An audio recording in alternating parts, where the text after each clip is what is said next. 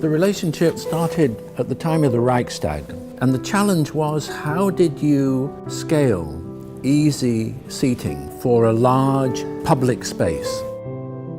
Decades later, we see the possibility of a modular system. There's really a long process, sketching, creating models, full-size prototypes, and eventually the end result, a catalogue of elements that can take a straight section and terminate.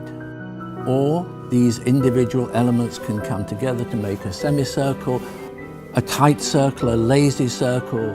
But then it gets really interesting when you start to combine these, and you can get snake-like forms that continue in space. So something which works as an individual piece of furniture can come together and create very, very large groups.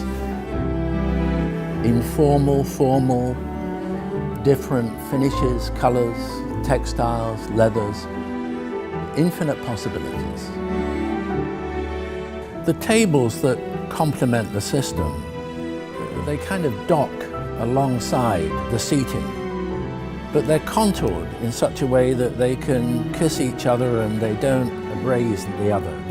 They're sympathetic to each other. I think the outcome of this as a system is that it is adaptable. You could imagine it in a gallery of modern art, you could imagine it in the reception area of a corporate headquarters, or in the intimate space of a home.